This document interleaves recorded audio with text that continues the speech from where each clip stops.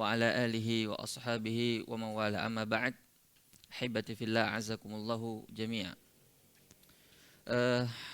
Kita kembali bertemu melanjutkan kajian kita pada pertemuan kali ini, dan insyaallah ta'ala kita akan membahas suatu hadis yang merupakan hadis asal atau hadis pokok tentang permasalahan zuhud. Kita persoalan apa? Zuhud. Tapi sebelumnya insyaallah kita akan murajaah dulu atau kita setar hafalan seperti biasanya. Silakan. Yallah. Tafadhal. Bismillahirrahmanirrahim. Ahsanallahu ilaikum.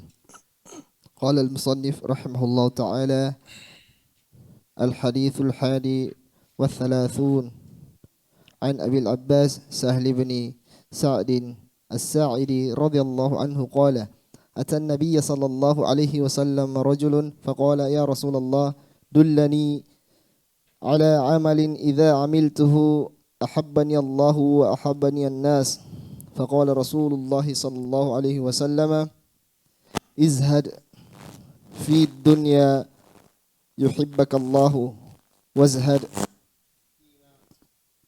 فيما في أيدي الناس يحبك. حديث حسن رواه ابن ماجه وغيره بأسانيد حسنة. بارك الله فيك. Tamam. Yallah. Khudh wahid. Silakan. Tafadhal. Man? Yallah. Masyaallah.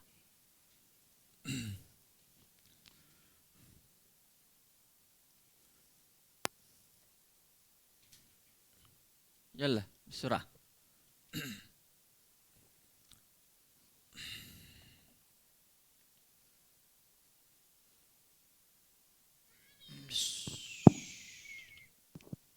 Ahsanallahu ilaikum.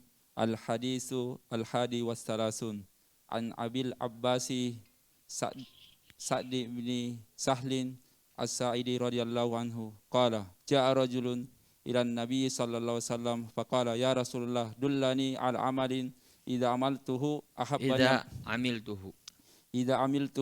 ahabbani Allahu wa habbani an-nas faqala idhad fid dunya yuhibbakallah wazhad fi ma 'indan nasi yuhibbakan nas. Hadisun hasanun rawahu Ibnu Majah wa ghairuhu bi asanida hasanah. Tamam. Yallah, khudh. Khudh wahid. Ahsantum. Siapa lagi? 6.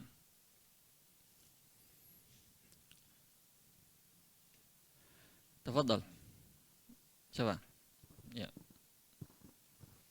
Yang penting itu antum hafal hadisnya. Adapun syarahnya itu sunnah. Al-wajib al-hifz. Bismillahirrahmanirrahim. Ahsanallahu ilaikum. Al-hadithul hadi wa thalathun. An Abil Abbas Sahl bin Sa'd as-Sa'idi radhiyallahu anhu qala ja'a rajulun ila an-nabiy sallallahu alaihi wasallam faqala ya Rasulullah dullani ala amalin idza amiltuhu ahabbani Allah wa ahabbani an-nas faqala izhad fid dunya yuhibbaka Allah wazhad fima 'indan nasi yuhibbaka an-nas. Hadisun hasan rawahu Ibnu Majah wa ghairuhu bi asanida hasanah. Ahsantum. Yallah, siapa lagi? Silakan. 6, tafadhal. Silakan. Siapa lagi?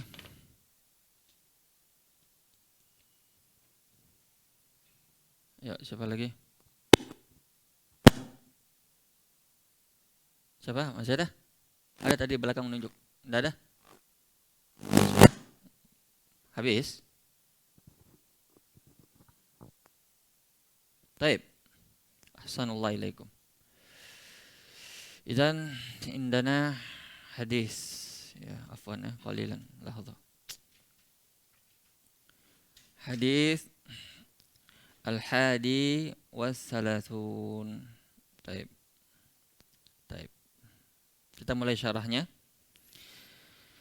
Bismillahirrahmanirrahim. Taib. Tentu hadis ini pertama kita katakan adalah suatu hadis yang sangat agung, hadis yang disebutkan oleh para ulama yang merupakan qawaid min qawaidil Islam, salah satu kaidah dari kaidah Islam yang berjalan di atasnya seorang muslim. Tentu hadis zuhud, hadis yang sangat mulia ya. Ya, tentu ana berbicara atau menjelaskan tentang perkara zuhud ini bukan berarti ana sendiri lebih zuhud daripada antum.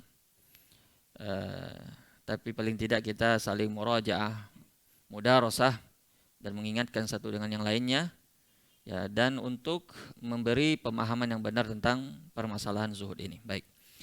An Abil Abbas Sahal bin Sa'ad As-Sa'idi. Ya, Abil Abbas Sahal bin Sa'ad As-Sa'idi radhiyallahu taala anhu. Ya. Dari Abul Abbas Sahal bin Sa'ad As-Sa'idi, ya, beliau berkata, qala ata Nabi sallallahu alaihi wasallam rajulun faqala ya Rasulullah dullani ala amalin idza amiltuhu ahabbani Allah wa ahabbani an-nas. Ya Rasulullah, ya, ada datang kepada Nabi seorang laki-laki dan berkata kepada Nabi, ya Rasulullah, tolong tunjukkan kepadaku suatu amalan yang apabila aku lakukan maka bisa menyebabkan saya masuk surga. Ya, afwan, bisa menyebabkan saya dicintai Allah dan dicintai oleh manusia. Kemudian Nabi menanggapi, faqala Rasulullah sallallahu alaihi wasallam, izhad fid dunya yuhibbukallah. Zuhudlah terhadap dunia, artinya jawaban dari pertanyaan ini ya. Caranya ya adalah zuhudlah terhadap dunia yuhibbukallah, maka Allah akan mencintaimu. Wazhad fi ma indan nas yuhibbukan nas. Dan zuhudlah terhadap apa yang ada di tangan manusia, maka manusia akan mencintaimu. Taib. Sekarang kita berbicara sedikit tentang biografi Abul Abbas Sahal bin Sa'ad As-Sa'idi. Beliau ini ada yang tahu? Ada yang tahu enggak? Angkat tangan ya. Hah? Bani Sa'idah. Terus apa yang antum tahu tentang beliau? Ikut perang Tabuk. Terus?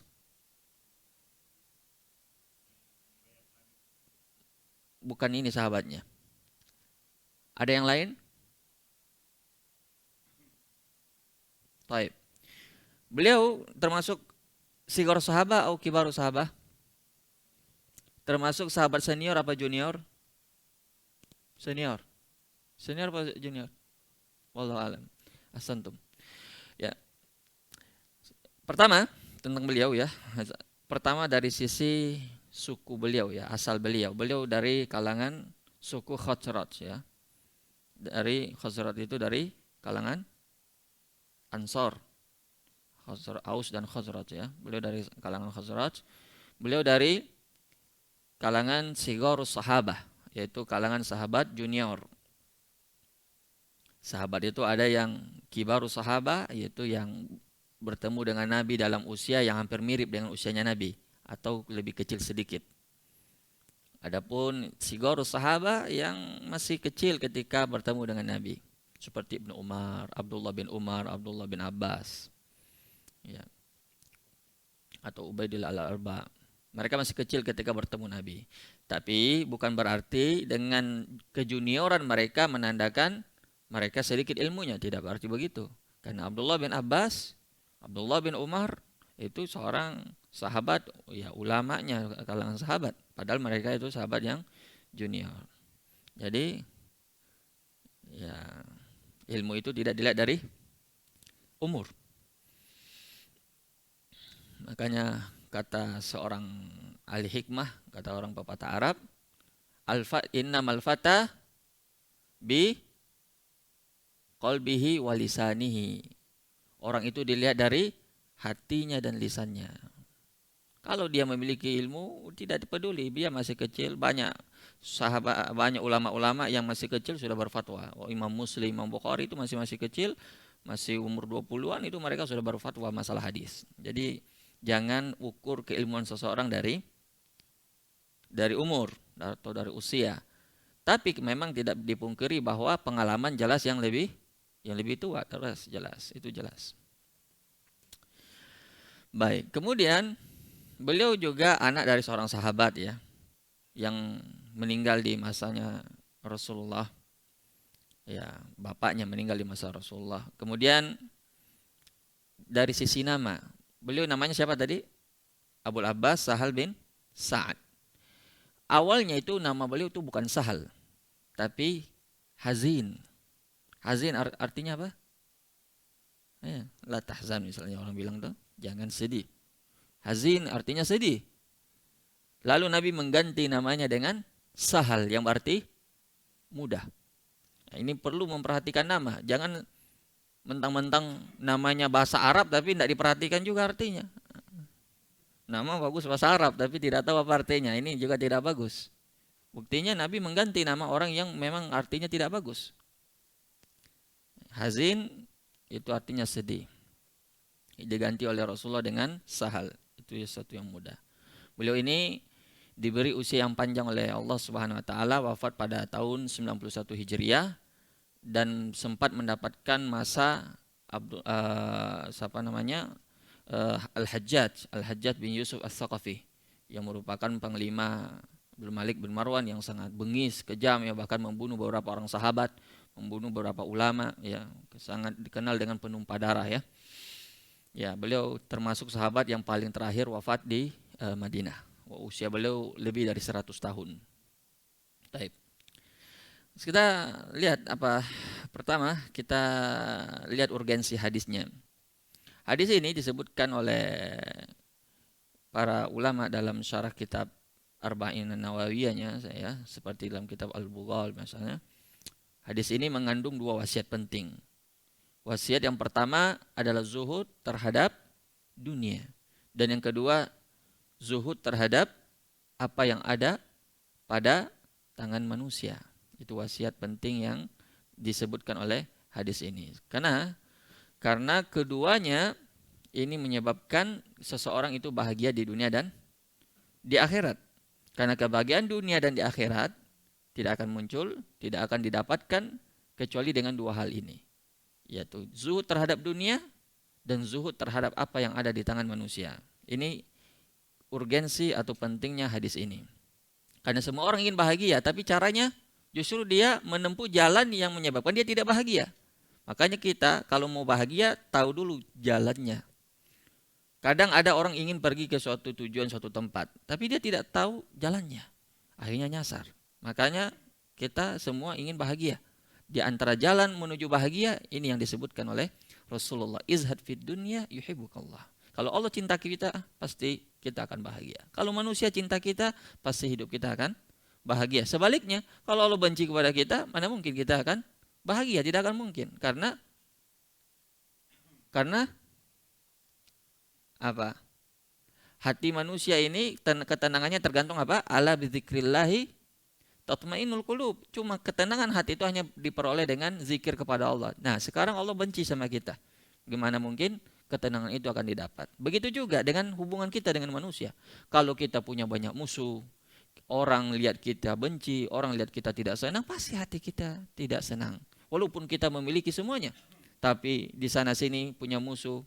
Musuh bukan karena kita membela kebenaran, ini harus dibedakan ya. Ada orang yang takut membela kebenaran karena takut banyak musuh, ini tidak benar. Kenapa? Karena di antara orang yang dipuji oleh Allah dalam Al-Quran, yujahiduna fi sabilillah wala yakhafuna laumata laim. Dia tidak khawatir terhadap celaan orang mencela. Tapi Rasulullah sebagai teladan, beliau ini adalah teladan yang paling baik untuk kita. Beliau disayangi oleh masyarakatnya. Adapun kalau dia dibenci, Nabi SAW dibenci, bukan karena apa? Bukan karena akhlaknya dan perilakunya, tapi karena kebenaran yang beliau bawa. Itu tidak ada masalah. Karena kata Imam Syafi'i, irda'un nas ghayatun la tudrak. Artinya apa? Membuat semua manusia suka sama kita itu adalah cita-cita yang tidak mungkin diperoleh. Itu cita-cita mustahil. Ingin membuat semua orang suka sama kita tidak mungkin. Kalau kita menyampaikan kebenaran yang tidak suka sama kita siapa? Orang yang di atas kebatilan. Pasti ada saja yang tidak suka sama kita. Maka kita lihat di mana kita berada. Kemudian beliau ada seorang datang kepada Nabi, ya Rasulullah, dullani ala amalin idza amiltuhu ahabani Allah wa ahabani nas. Ya Rasulullah, tolong beritahu saya suatu amalan yang apabila aku amalkan bisa menyebabkan saya ya dicintai oleh Allah dan dicintai oleh manusia. Di sini ada beberapa poin ini, kita renungi ini beberapa poin dari pertanyaan ini. Yang pertama adalah keinginan seseorang itu adalah tergantung kepada orientasi hidupnya, tujuan hidupnya. Yang kedua, mengharapkan kecintaan Allah dan kecintaan manusia secara beriringan itu bisa dilakukan. Tidak mesti seseorang ingin mendapatkan cinta Allah harus bermusuhan dengan manusia. Ini akan kita jelaskan. Kemudian antara cinta Allah dan cinta manusia itu saling menguatkan satu sama lainnya. Baik, yang pertama kita katakan bahwa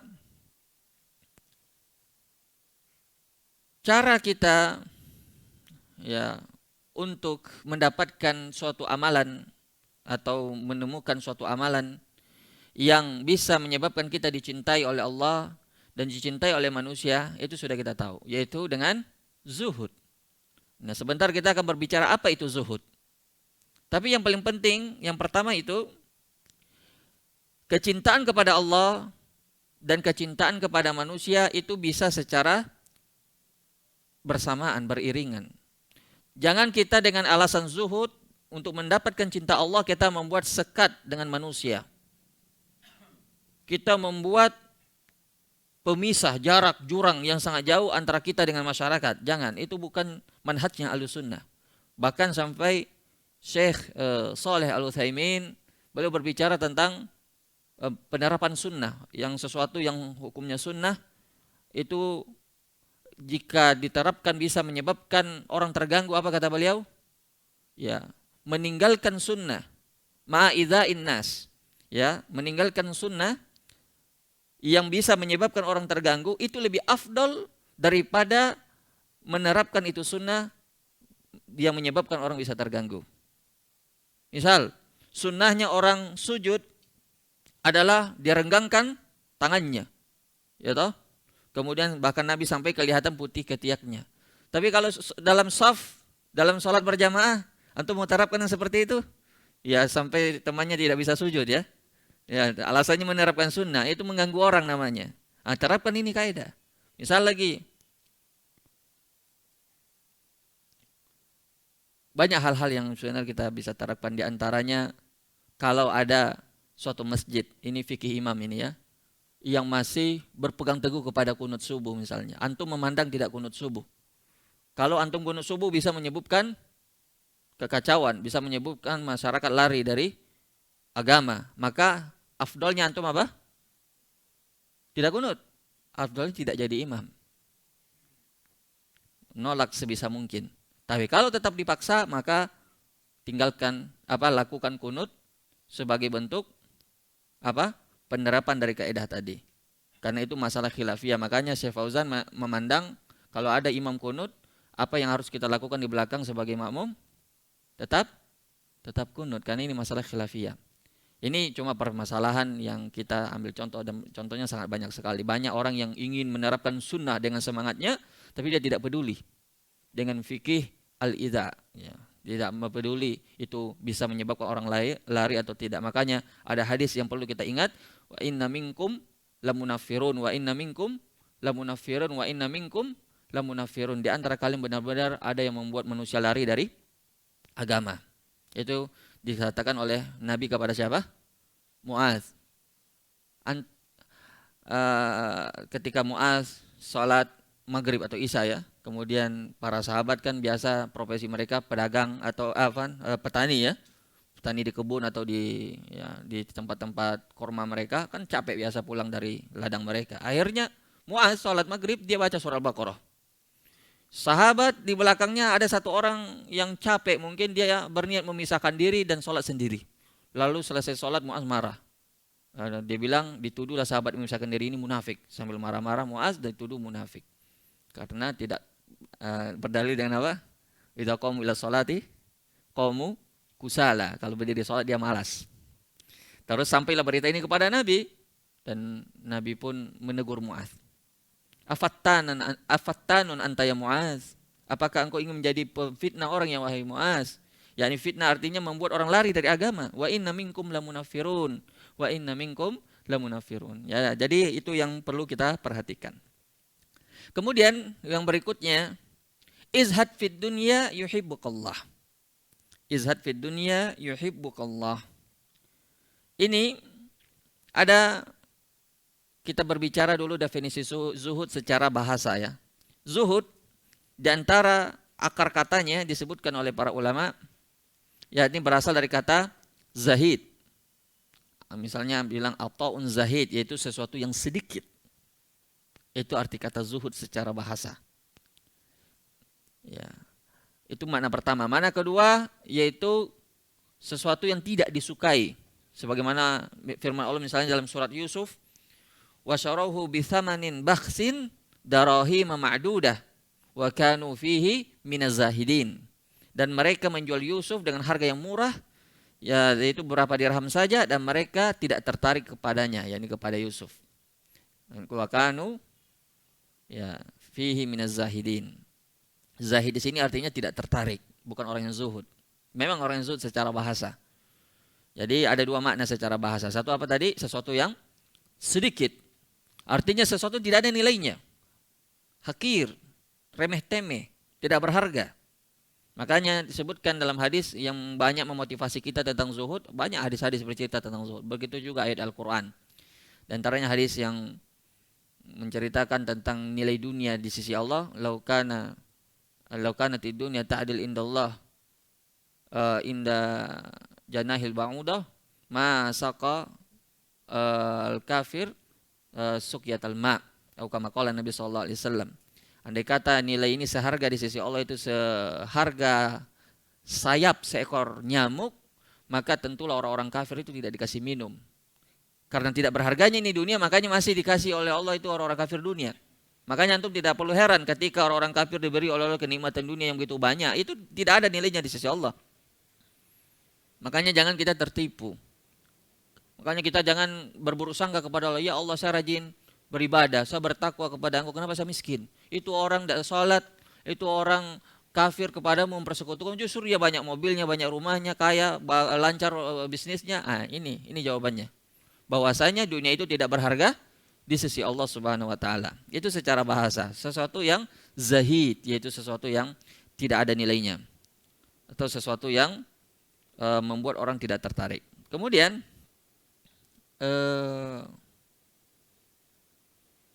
dunia itu sifatnya seperti apa disifati oleh Al-Quran dan hadis? Itu banyak sekali ya ayat-ayat yang kita sebutkan, diantaranya bal tuhibbunal hayata dunya wallahu wa ma indallahi khairu wa abqa. Bal tuhibbunal mala hubban jammah. Kalian benar-benar mencintai harta dengan kecintaan yang sangat dalam. Kemudian kalian mencintai kehidupan dunia, sedangkan Allah menginginkan bagi kalian kehidupan akhirat. Banyak ayat-ayat bercerita memotivasi kita untuk zuhud terhadap dunia. Sekarang coba sifatkan kepada kami apa itu dunia. Siapa yang bisa sifati dunia? Misalnya dunia sesuatu yang fana zailah, sesuatu yang sementara dan cepat sirna. Apalagi sifat dunia yang antum tahu? Apa? Sedikit, kita sudah bilang tadi, sedikit. Apalagi sifat dunia? Mata'ul gurur, sesuatu yang menipu. Apalagi sifat dunia?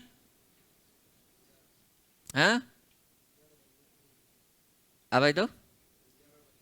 Penjara bagi seorang mukmin. Ya, artinya dia memiliki banyak pantangan, tidak boleh ini, tidak boleh itu, harus kerjakan ini, kerjakan itu. Betul, penjara, tidak bebas. Apalagi sifat dunia? Siflana dunia. Tempat beramal, ladang untuk beramal, dan akhirat tempat memetik hasilnya. Ahsantum. Apalagi sifat dunia? Makanya ini seperti perkataan Ali bin Abi Thalib. Ya, dunia sudah meninggalkan kita, akhirat sudah mendekati kita, maka jadilah anak-anak dunia. Jadilah anak-anak akhirat, jangan jadi anak-anak dunia dan masing-masing itu memiliki anak, maka jadilah anak-anak akhirat dan jangan jadi anak-anak dunia. Di sini di dunia adalah tempat beramal bila hisab tanpa ada hisab, dan di sana di akhirat adalah tempat hisab yang tidak ada amalannya lagi. Artinya murni dihisab semua amalan kita. Sekarang apalagi sifat dunia yang kita pahami sehingga menumbuhkan kepada kita hakikat dunia yang sebenarnya. Habis sifat dunia segitu saja. Mata, mata itu sesuatu yang tahu mata. Dalam secara bahasa mata itu artinya sesuatu yang sedikit dan tiba-tiba menjadi menjadi sampah. Ibaratnya kita makan permen, itu matanya itu seperti kulit permen tersebut. Jadi permennya itu cuma sedikit, kemudian habis, kemudian dibuang jadi sampah. Dan ini semisal dengan firman Allah dalam surah Al-Kahfi misalnya, innamal hayatud dunya laibu walahu. Masalul hayatid dunya kama in anzalnahu minas sama. Sampai Allah mengatakan fa asbaha hasiman tazruhu riyah. Ya, Allah memberi perumpamaan dunia ini seperti hujan yang Allah turunkan dari langit. Kemudian dari air hujan itu tumbuhlah tanaman-tanaman yang hijau, yang ranum, yang manis, yang segar. Lalu tiba-tiba menjadi kering kerontang, wa tazruhu riyah, dan menjadi diterbangkan oleh angin-angin. Seolah-olah tidak ada apa-apa. Yang tadinya indah, luar biasa, tiba-tiba menjadi seperti tidak pernah ada. Itu sifat-sifat dunia yang disebutkan di dalam Al-Quran. Jadi misalnya dunia ini kalau kita mau bilang dia sebanyak apapun dia dikumpulkan, tapi dia tetap sedikit. Soalnya ada orang mungkin pemilik harta sampai hartanya omsetnya 10M atau 1M lah, 10M nanti kebesaran, 1M, 2M, 3M. Tapi makannya tetap satu piring sama dengan orang normal dah. Tetap sedikit yang dia nikmati dari apa yang dia peroleh, yang dia kumpulkan. Dia tetap tidur di tempat sebagaimana manusia normal tidur. Yang membedakan apa? Yang membedakan hisabnya. Hisabnya mereka lebih panjang. Dia mengumpulkan harta sebanyak-banyaknya, itu semua yang dikumpulkan nanti dihisab oleh Allah Subhanahu wa taala. Dari awalnya sampai akhirnya, dari yang paling kecilnya sampai yang paling besarnya, dari yang halalnya sampai yang haramnya. Dihisab semuanya. Orang yang menikmati nanti dia meninggal, ya itu hal yang mungkin. Dua saja kemungkinan. Kalau bukan dia yang ditinggalkan oleh hartanya, dia yang meninggalkan hartanya. Kalau dia meninggal, jadilah harta itu jadi perebutan harta warisan. Tapi hisabnya tetap untuk dirinya. Bayangkan itu. Maka ya sebenarnya hadis ini bukan menakut-nakuti kita untuk tidak boleh memiliki dunia sama sekali. Bukan itu maksudnya. Zuhud itu tidak ada kaitannya dengan, ya maksudnya akan datang penjelasannya sebentar lagi. Berapa menit lagi ini Isa di sini? Berapa?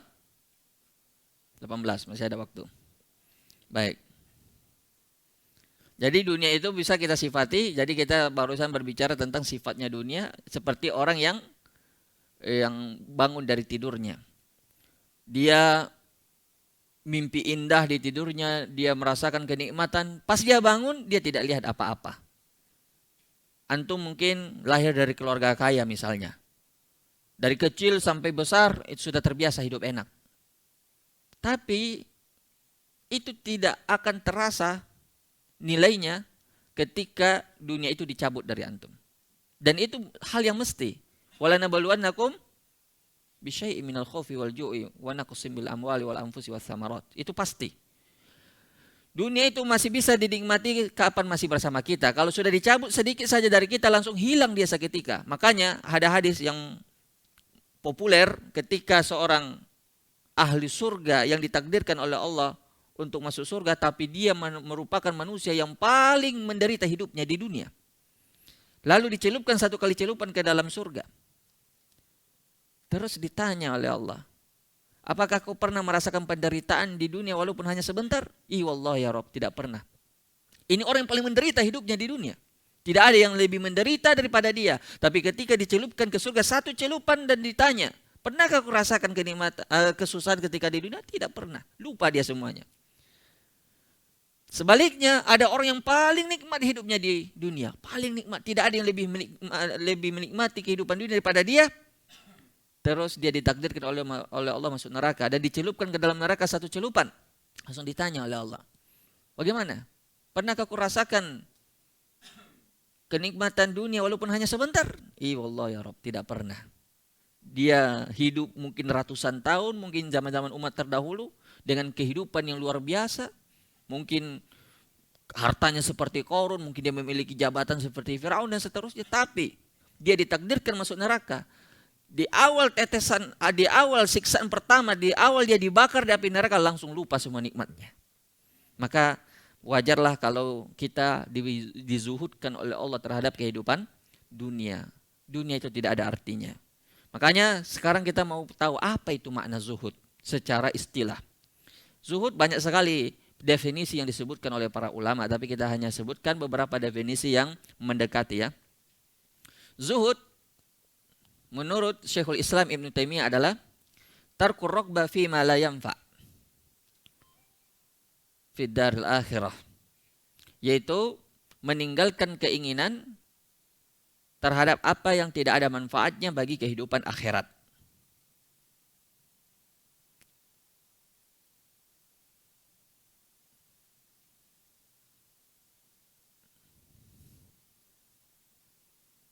Ya. Ada lagi yang mendefinisikan zuhud itu adalah ungkapan yang menunjukkan sikap menghindari sesuatu untuk meraih yang lebih baik, yaitu ibaraan ungkapan ya untuk menghindari sesuatu untuk mendapatkan sesuatu yang lebih baik. Tapi kita coba fokus ke definisinya Syekhul Islam Ibn Taimiyah, yaitu meninggalkan sesuatu yang tidak ada manfaatnya bagi kehidupan akhirat. Berarti ini zuhud namanya. Ada namanya wara'. Wara' itu artinya adalah meninggalkan sesuatu yang membahayakan kehidupan akhirat. Sekarang pertanyaan, silakan kalau ada yang bisa jawab. Mana yang lebih tinggi levelnya, zuhud atau wara'? Alasannya?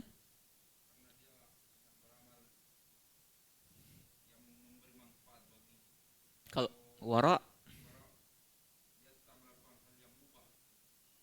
asantum barakallahu fikum. Ya. Jadi level wara' lebih rendah daripada level zuhud. Kenapa? Karena level wara' hanya meninggalkan sesuatu yang haram atau yang syubhat. Itu memang sesuatu yang harus ditinggalkan. Kalau zuhud di atasnya lagi. Bukan hanya sekedar yang haram atau yang makruh, tapi perkara yang fudul minal mubahat, hal-hal yang tidak diperlukan dari perkara mubah dia tinggalkan. Makanya dia selalu membuat pertanyaan, apakah ini bermanfaat bagi kehidupan akhirat saya atau tidak? Kalau bermanfaat dia lakukan. Walaupun itu perkara mubah sekalipun, kalau tidak bermanfaat dia tinggalkan. Itu zuhud. Makanya ada seorang syekh ya, seorang ulama masih hidup ya, Anda tidak sebutkan namanya. Seorang ulama, Hayy Akibar Ulama, anggota majelis ulama di Saudi. Beliau itu kalau datang ke Indonesia ada dibawa misalnya ke tempat ini jalan-jalan biasa lah kalau melayani syekh kan, menjamu tamu. Itu beliau selalu bertanya, apakah ini bermanfaat untuk akhirat saya? Kalau iya, beliau pergi. Kalau tidak, sekedar jalan-jalan biasa-biasa, beliau tidak pergi. Nanti dicari alasan saya bisa berdakwah di sini orang masih minim pemahaman Islamnya misalnya kan. Akhirnya beliau kalau berdakwah kita mau. Ini bermanfaat untuk kehidupan akhirat kita. Itu yang antum pergi kasih kaidah dalam hidup kita. Ini bermanfaat tidak untuk akhirat kita? Kita kongko-kongko dengan teman. Apa itu kongko-kongko ya? Kumpul-kumpul. Bermanfaat tidak? Kalau tidak bermanfaat tinggalkan. Itu baru zuhud namanya. Kalau menghalangi, apalagi kalau sampai menghalangi antum dari taklim, menghalangi dari belajar, sesekali tidak ada masalah. Bukan berarti juga kita menjaga jarak seperti yang kita bilang tadi, menjaga jarak dengan manusia seolah-olah ibadah saja, tidak juga. Tapi paling tidak kita meninggalkan hal-hal yang fudul. Fudul itu artinya hal yang tidak diperlukan dari perkara-perkara yang tidak diperlukan untuk kehidupan akhirat kita. Kemudian berikutnya, apa maksud zuhud terhadap dunia? Ya, zuhud terhadap dunia bukan berarti tidak peduli terhadap dunia. Zuhud terhadap dunia maksudnya adalah tidak berlebih-lebihan terhadap dunia yang melupakannya dari akhirat. Ini namanya zuhud terhadap dunia. Zuhud bukan berarti tidak peduli terhadap apa? Dunia, tapi tidak berlebih-lebihan terhadap dunia yang bisa menyebabkan dia lupa terhadap akhirat. Makanya kita boleh saja memiliki sebagian dari dunia, memiliki mobil boleh, memiliki rumah yang mewah boleh, silakan. Dalam arti itu tentu dengan yang halal ya. Silakan, tidak ada masalah. Tapi ingat, jangan jadikan dunia di mana? Di hati kita, tapi letakkan di tangan kita. Kalau Allah ambil satu ketika, kita tidak terluka. Kalaupun terluka, lukanya cepat sembuh. Kalau di hati, dicabut oleh Allah, lama sembuhnya. Misal ada orang punya mobil Alphard misalnya. Berapa mobil Alphard sekarang? 1 miliar. Lebih. Gores saja sedikit langsung kayak hatinya yang tergores. Coba yang mobil-mobil biasa, mobil-mobil bekas mungkin 60 juta. Biar lagi penyok dia tidak peduli. Nah, coba mobil Alphardnya yang penyok. Waduh, mungkin tidak tidur semalaman. Karena perbaikannya mungkin butuh biaya.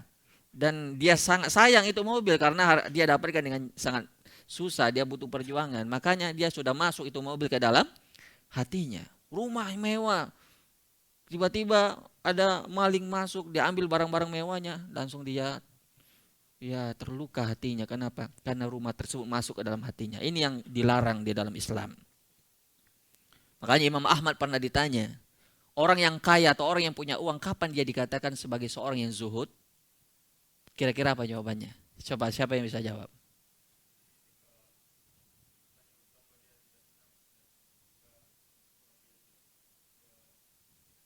Masya Allah, barakallahu fikum ta'al. Masya Allah, ini dia jawabannya. Ta'al. Betul seperti yang dibilang bahwa seorang yang memiliki harta itu tidak menghalangi seseorang dari zuhud. Orang kaya raya sekalipun tidak terhalang dari zuhud. Kapan dia dikatakan zuhud?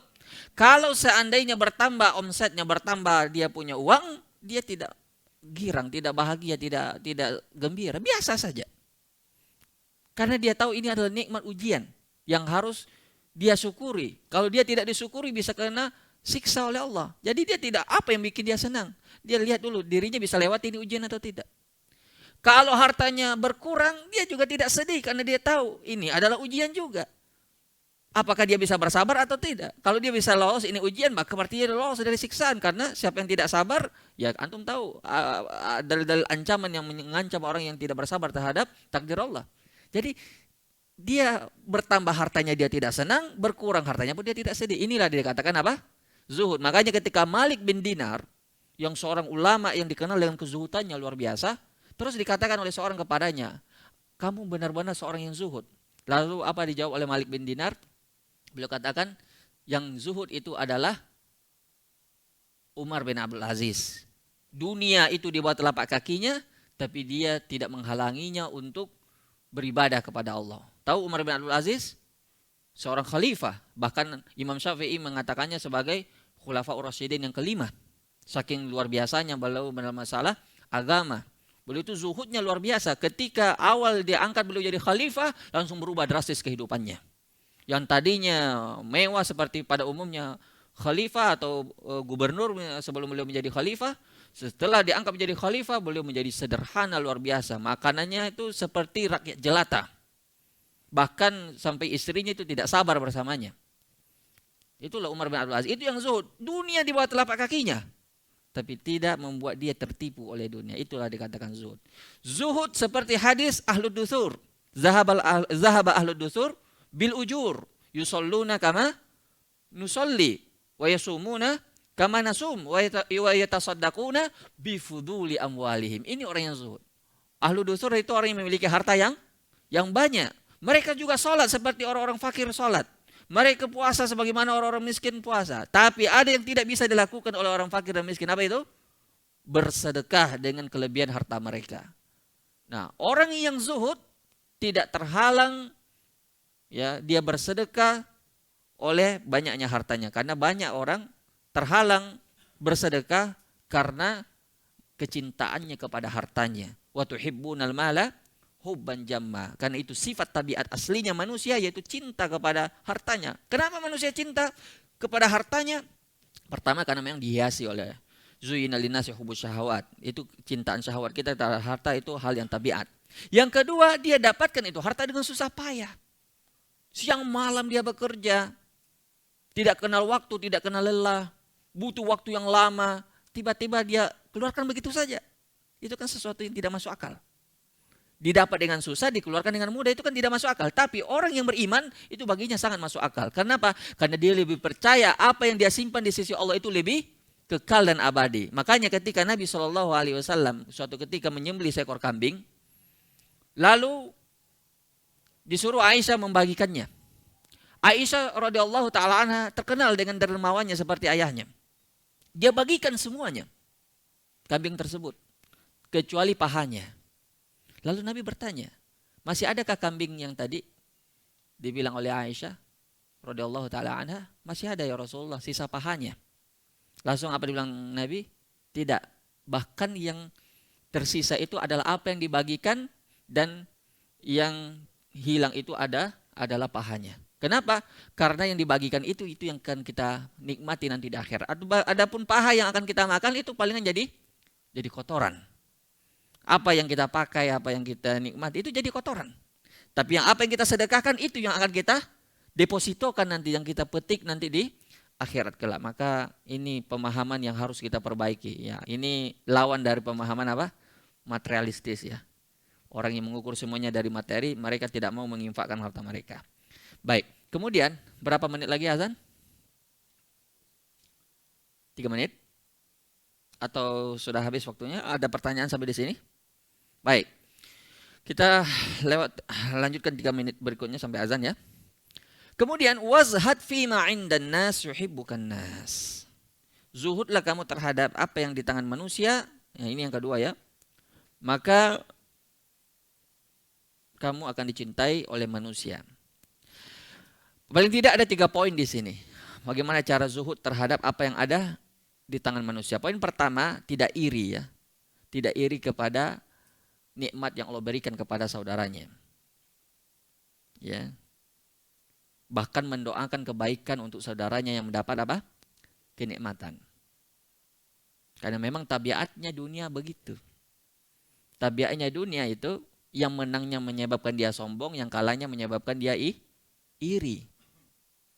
Yang menang dia merasa hebat, yang kalah dia merasa iri kepada yang merasa hebat ini. Jadi berlomba-lomba terhadap dunia itu hanya melahirkan 2 sifat tercela, yaitu apa?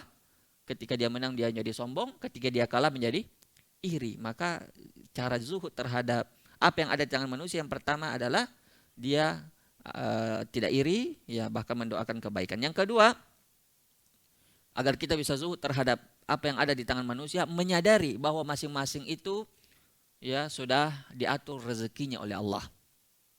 Tidak ada ya orang mengambil rezeki orang lain, tidak ada. Ya. Bahkan ini kalau diyakini oleh seorang pebisnis, dia akan bersaing secara sehat. Bahkan akan saling tolong menolong, bukan menjatuhkan malah. Ada 2 toko berdekatan, sama lagi barang yang dijual. Ya, supaya dia laku barangnya, dia jelek-jelekkan toko sebelahnya. Kenapa? Supaya lari nih pembeli ke tokonya. Ini tidak akan berkah rezekinya.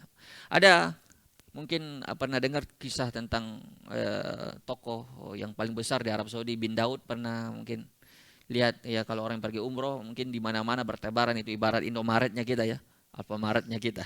Itu bin Daud itu di sana luar biasa, itu yang pemegang supermarket di sana. Itu kisahnya luar biasa awal mulanya. Dia memiliki toko dan di sampingnya ada toko yang semisal. Apa yang dilakukan? Justru dia selalu ingin pembelinya itu diarahkan dulu ke toko sebelah. Terus ditanya, kenapa bisa kau lakukan seperti itu? Dia bilang apa? Dia bilang rezeki tidak pernah tertukar. Rezeki tidak pernah tertukar. Akhirnya apa sekarang? Allah menjadikan dia menjadi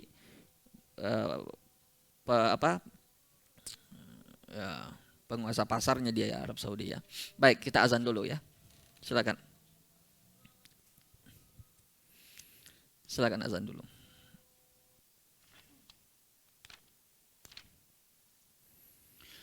Baik, kita lanjutkan sedikit. Jadi zuhud terhadap apa yang ada di tangan manusia memang wajar ya, bisa menyebabkan manusia suka kepada kita. Kenapa? Sebagaimana dikatakan oleh syair misalnya, wa bunai Adam idza sa'altahu yaqdabu. Kalau manusia kalau diminta justru malah marah. Allah sebaliknya, Allah kalau diminta malah senang. Kenapa? Karena asetnya manusia sebanyak apapun dia terbatas.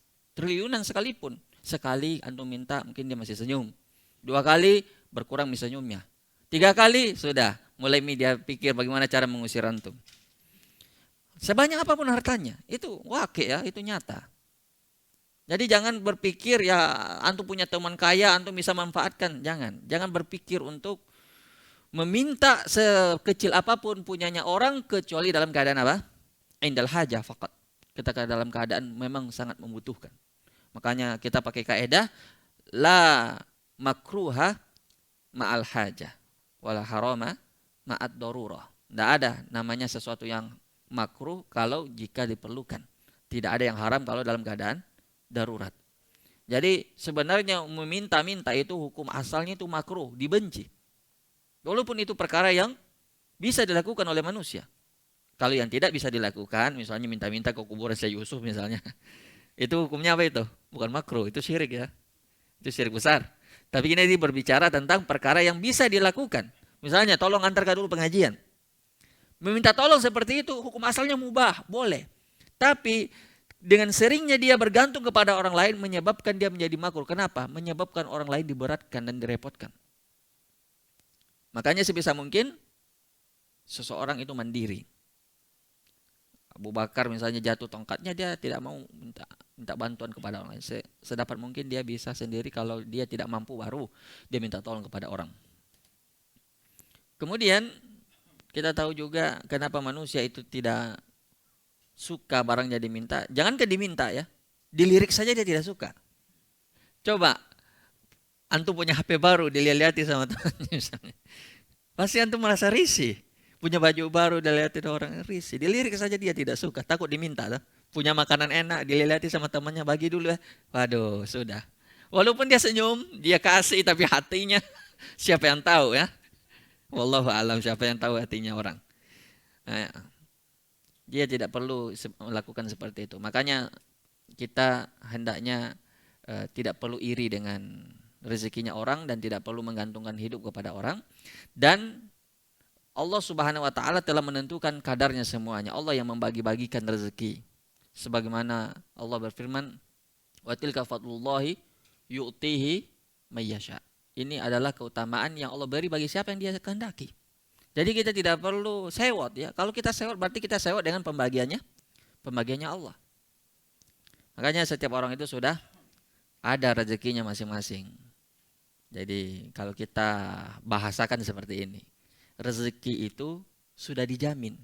Itu sudah ada jaminannya dari Allah, maupun sebagaimana yang disabdakan oleh Rasulullah dalam hadisnya, lan tamuta nafsun hatta tastakmila rizquha wa ajalaha. Tidak akan mati seseorang sampai dia habiskan semua rezekinya di dunia ini. Artinya rezeki sudah dijamin. Mulai dari perut ibunya sampai dia mati, itu sudah dijamin oleh Allah rezekinya. Maka tidak perlu khawatir dengan rezeki. Yang belum dijamin itu apa? Kita ini masuk surga atau belum? Ada yang jamin antum masuk surga atau tidak? Misalnya dibilang antum sudah pasti masuk surga kalau mati. Nah, kalau ada yang jamin gitu barulah kita merasa aman. Tapi tidak ada. Kalau rezeki tidak perlu khawatir, harusnya aman kita. Kenapa? Sudah dijamin. Yang belum dijamin itu masalah kita masuk surga atau neraka. Itu yang membuat kita mestinya khawatir. Itu yang mestinya. Jangan dibalik. Masalah rezeki kita khawatir, tapi masalah surga dan neraka kita tidak khawatir. Ini terbalik. Yang dijamin itu rezeki, bukan surga dan neraka. Surga dan neraka belum ada satupun di antara kita yang dijamin masuk surga. Itu yang mestinya kita khawatir. Nah, kemudian yang berikutnya, sikap kita terhadap kenikmatan yang Allah berikan kepada orang lain adalah jangan ngiler ya. Jangan ngiler melihat kenikmatan orang lain. Allah berfirman misalnya dalam Al-Quran surat Toha ayat 121, wala tamuddanna ainaik ila ma matta'na bihi azwajan minhum zuhratal hayatid dunya yuftinuhum fihi wa rizqu rabbika khairu wa abqa. Janganlah engkau Muhammad engkau tujukan matamu kepada apa yang kami berikan kepada golongan-golongan dari mereka itu cuma kehidupan dunia yang kami uji mereka dengannya, karena kenikmatan di akhirat atau kenikmatan di sisi Tuhanmu itu lebih kekal. Kemudian poin berikutnya adalah bagaimana tatbik amali, ya, maksudnya praktek zuhudnya Rasulullah SAW. Ya, karena ini perkara ibadah ya. Perkara apa? Ibadah. Zuhud ini perkara ibadah jemaah sekalian. Jadi jangan bilang ini zuhud ini bisa setiap kita itu beristihad masing-masing. Tidak bisa. Sebab ada yang salah kaprah masalah zuhud ini. Dia memahami zuhud itu seperti yang terjadi kepada sebagian sahabat Nabi. Dia datang kepada Nabi, tapi bertemunya dengan sebagian istri-istri Nabi. Dan dia tanya amalan Nabi. Kemudian mereka menganggap amal itu sedikit. Wajar, Rasulullah itu sudah dijamin. Sudah diampuni dosanya yang terdahulu dan yang akan datang. Sudah dijamin masuk surga. Sedangkan kita belum ada jaminan. Maka kita harus lebih beramal lebih banyak lagi. Ada satu mengatakan, adapun saya, aku mulai wala anam. Saya sholat malam tidak akan tidur-tidur. Adapun saya asum wala uftir. Saya puasa tidak mau berbuka. Wa amma ana la zawijun nisa. Saya tidak mau menikah-nikah, jomblo seumur hidup. Siapa yang tahan jomblo seumur hidup? Tidak ada yang tahan ya. Terus akhirnya sampai ini berita kepada Nabi. Dan Nabi pun berkhutbah dengan nada marah. Ma balu aqwam. Ada orang yang datang bilang begini-begini. Ya, saya ini paling bertakwa kepada Allah di antara kalian. Saya sholat malam tapi juga tidur. Saya puasa dan saya juga berbuka. Dan saya juga menikah. Man raghiba an sunnati falaysa minni. Siapa yang tidak suka dengan sunnahku maka bukan dari golonganku. Artinya apa? Artinya mereka memahami zuhud itu seperti itu. Bahwa dengan meninggalkan tidur malam, dengan meninggalkan dunia, dengan meninggalkan menikah, itu bukan zuhud yang diajarkan oleh Islam. Itu ruhbaniyah yang jauh dari ajaran Islam. Islam itu agama pertengahan. Makanya zuhud ini apa? Ibadah. Dan ibadah sifatnya apa? Tauqifiyah. Tauqifiyah itu artinya apa? Sesuatu yang sudah ditentukan, yang sudah digariskan, yang sudah diajarkan oleh Rasulullah SAW. Makanya kita mendekatkan diri kepada Allah dengan sesuatu yang tidak ada contohnya dari Rasulullah dan kita kira itu baik, maka itu cuma menjadikan kita menjadi seorang ahli bid'ah. Walaupun kita menganggapnya itu baik. Wah, ada orang ingin rajin berpuasa, setiap hari dia puasa. Ada contohnya dari Rasulullah? Tidak ada. Bahkan dilarang siyamud dahar. Puasa setiap hari itu dilarang dalam Islam. Walaupun dia menganggap ini kan puasa baik. Ya puasa baik, tapi caranya, tuntunannya itu ada. Zuhud pun seperti itu. Makanya zuhudnya Rasulullah hendaknya yang kita tiru kalau memang ingin zuhud. Pertama, Rasulullah SAW kalau berbicara tentang kekurangan harta, beliau pernah rasakan bahwa beliau pernah merasakan selama sebulan itu hanya makan korma dan air putih. Beliau Rasulullah pernah ditawarkan kepada beliau gunung emas. Pernah beliau bersedekah kambing 2 lembah. Itu menunjukkan beliau bukan miskin. Beliau punya harta. Bahkan beliau ditawarkan harta sama dengan kerajaannya Nabi Sulaiman. Tapi beliau menolak. Beliau menolak. Jadi zuhud itu artinya tidak ada dunia di hati beliau. Dalam arti dunia itu tidak sampai masuk ke dalam hatinya. Kalau ingin beliau kaya bisa saja. Harta ghanimah saja rampasan perang berapa untuk Rasul? Yas'alunaka 'anil anfal, qulil anfalu lillahi war rasul. Beliau punya bagian dari harta rampasan perang dari ghanimah, tapi beliau akhirnya apa? Sedekahkan. Nah, kemudian alas tidur Rasul. Sebagaimana ketika Umar datang dan mendapati Rasulullah tidur di atas pelepah korma yang dianyam, kemudian membekas di punggungnya dan pipinya dan membuat apa? Umar menangis. Ya Rasulullah, anta Rasulullah. Lihat, engkau melihat bagaimana Raja Persia, Raja Romawi tidur. Dan engkau pun mampu melakukannya. Tapi apa dibilang Rasulullah? Ya Umar, apakah engkau rela dunia untuk mereka dan akhirat untuk kita? Itulah Rasulullah, itu zuhud namanya. Beliau mampu untuk itu. Bukan tidak mampu, mampu beliau. Akan tetapi hati beliau sudah di akhirat. Kemudian, ya banyak sekali ya kalau kita terlalu panjang berbicara tentang zuhudnya Rasulullah.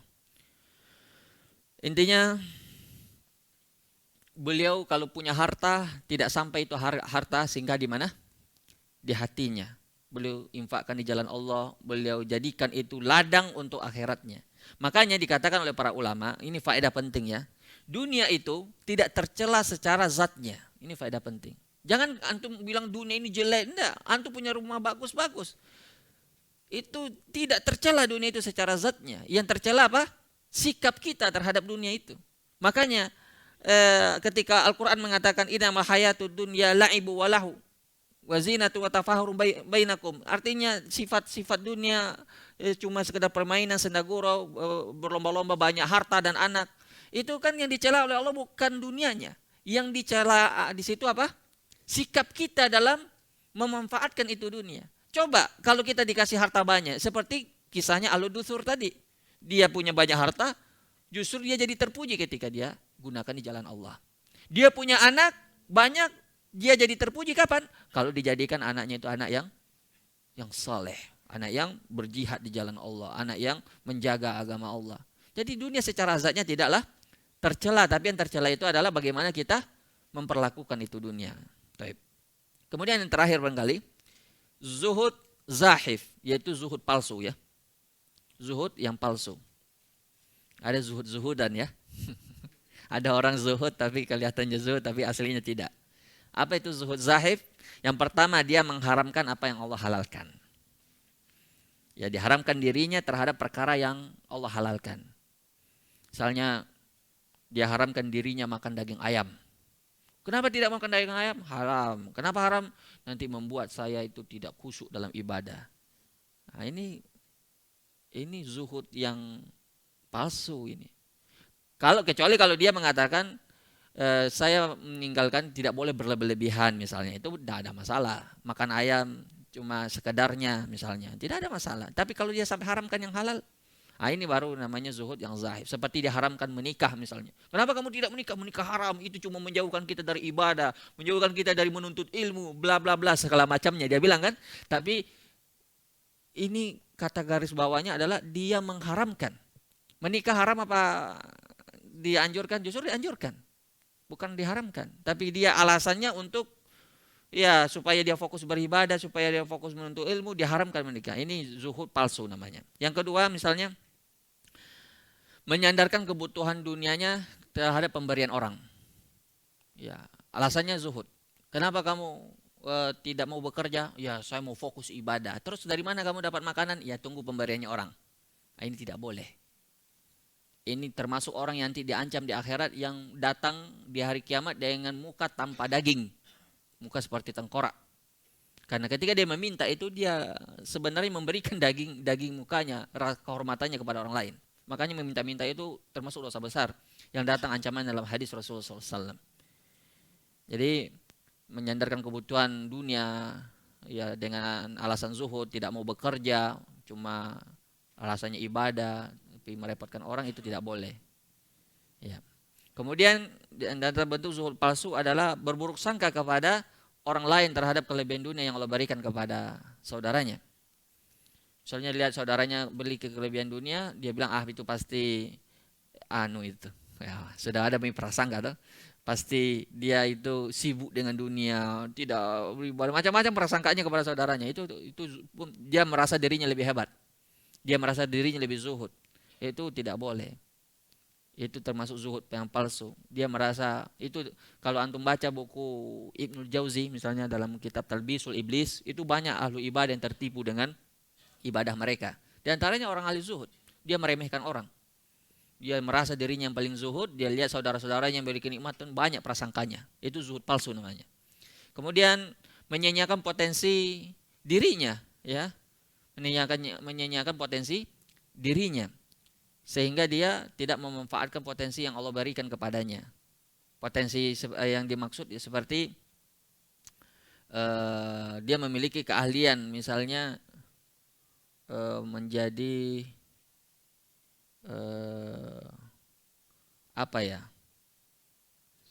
yang mengatur misalnya kajian ustadz, misalnya dia ahli dalam bidang manajemen, tapi dia ahli bidang komputer, dekorasi misalnya, macam-macam.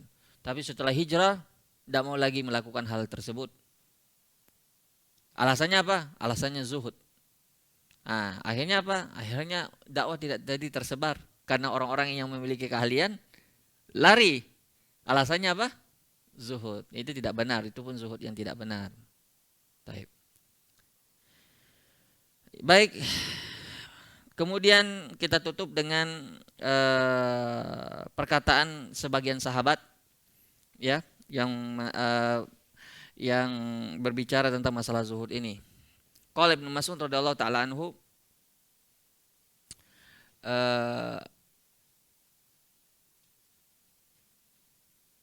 al-yakinu alla turdin nas bi sakhatillah wa qad madahallahu alladzi yujahiduna fi sabilillah wa la yakhafuna fillahi laumatal laim. Ya, zuhud yang benar itu adalah yakin kepada Allah Subhanahu wa taala dengan tidak peduli dengan pujian atau cercanya orang selama hal tersebut di jalan Allah Subhanahu wa taala. Makanya tidak perlu apa? Tidak perlu memperhatikan hal tersebut. Jadi zuhud di sini tidak menghalanginya untuk berbicara kebenaran. Ya, banyak orang yang takut berbicara kebenaran karena takut dimusuhi manusia. Ini bukan zuhud namanya. Zuhud itu artinya dia teguh, istiqomah di atas jalan ya. Kemudian perkataan lain dari beliau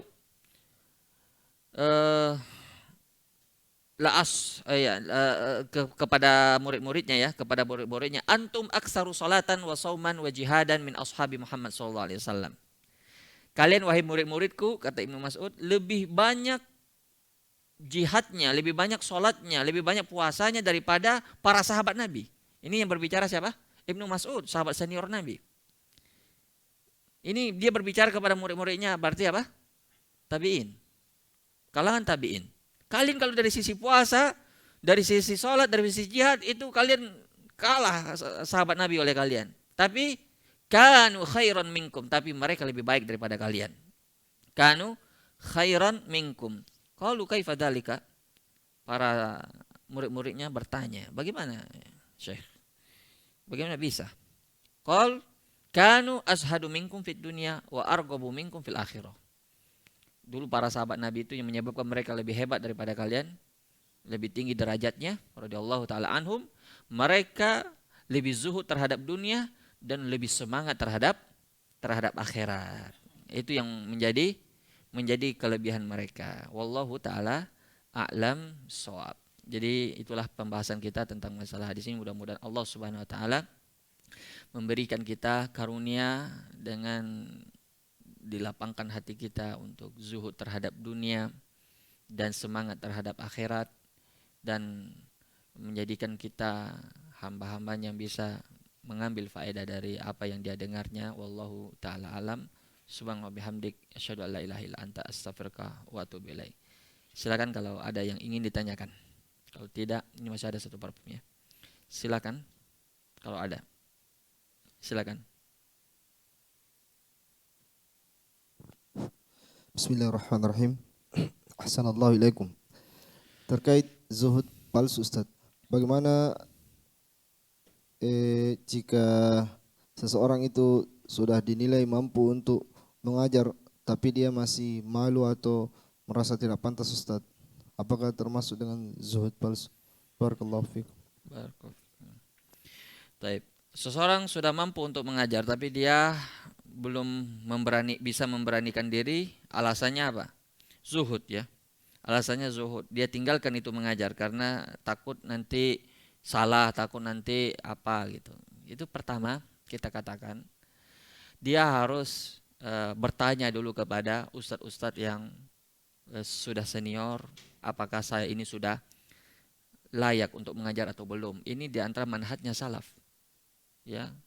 Seseorang itu tidak boleh berbicara misalnya di depan umum sampai ada misalnya dia tanya kepada seorang ustadz yang mungkin sudah mumpuni ilmunya, dan dia tanya apakah saya sudah pantas mengajar atau belum. Nah, ditambah lagi mungkin ustadz ini dia lihat ini latar belakang pendidikannya seperti apa. Soal bahaya juga. Ibaratnya kalau seandainya seorang dokter belum layak dia untuk terjun ke masyarakat, nanti dia malpraktek. Nanti dia suntik mati orang. Itu lebih mending itu. Dokter langsung mati kan. Kalau ahli agama itu lebih berbahaya, lebih parah kerusakannya. Antum tidak tahu kalau kerusakan ahli agama itu bukan cuma di dunia saja, tapi berlanjut sampai akhirat. Tidak main-main itu. Jadi itu harus memang ada semacam rekomendasi dari orang-orang yang dipercaya sehingga kita bisa yakinkan diri kita untuk mengajar. Dan kalau kita salah sedikit atau tidak ada orang yang berbicara di depan ini 100% semua yang disampaikannya itu benar. Kadang dia beristihad, istihadnya ada, mungkin istihad lain yang lebih kuat. Kadang dia berbicara, mungkin dia salah berbicara, itu hal yang manusiawi. Tidak ada satupun siapa, tunjuk satupun yang selalu berbicara 100% selalu benar perkataannya. Tidak ada. Hanya saja kita berhukum di sini begolabatil dzan, dengan dugaan kuat. Kalau sudah diduga kuat dia sudah bisa mengajar, silahkan. Tapi kalau masih belum dan apalagi belum ada rekomendasi, maka jangan dulu. Tahan dulu. Wallahu taala alam. Silakan kalau masih ada.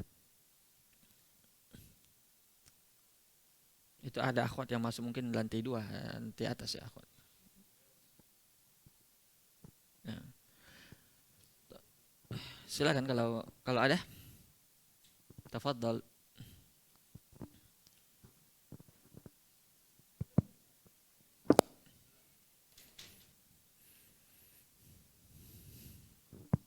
Bismillah, ahsanallahu ilaikum Ustaz. Ustaz, bagaimana itu maksudnya yang hadis yang bilang dunia ini terkutuk? Mal'una, nah. Nah, Ustaz.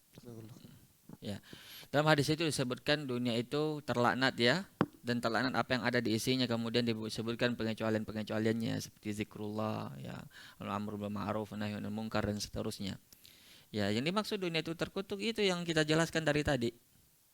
Tentang sifat dunia itu yang sebenarnya. Terkutuk di sini dalam terlaknat di sini artinya jauh dari rahmat. Dunia ini diumpamakan oleh Allah lebih hina daripada sayap seekor nyamuk atau seekor lalat. Bahkan Nabi pun melakukan hal yang sama kepada para sahabatnya ketika Nabi ketika lewat di sebuah pasar dan lihat bangkai seekor kedelai. Kemudian dibilang oleh Nabi kepada sahabatnya, maukah kalian saya jual ini kepada kalian? Bilang sahabat, mana? Tidak ada yang mau ya Rasulullah. Jangankan dijual, dikasih saja tidak mau. Bangkai yang busuk, yang dibilang Rasulullah, dunia lebih hina di sisi Allah daripada bangkai keledai ini. Jadi mal'una artinya sesuatu yang tidak ada nilainya. Nah, wallahu ta'ala alam. Nah, wallahu ta'ala alam. Nah, silakan kalau ada yang ingin ditanyakan.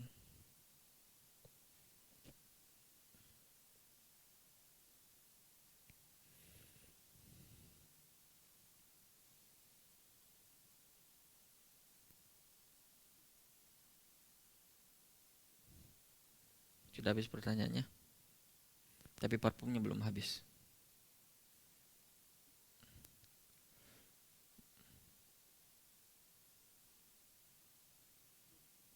Baik. Kalau tidak ada yang bertanya, Anda tutup dengan pertanyaan Anda. Siapa yang bisa jawab? Di sini ada disebutkan salah satu sifat di antara sifat-sifat Allah. Siapa yang tahu dalam hadis ini? Mahabbah, santun. Antum orang parfuman ini, Masya Allah. Jazakumullah khair. Jadi Allah disifati dengan sifat cinta. Allah mencintai hambanya yang beriman dan beramal soleh.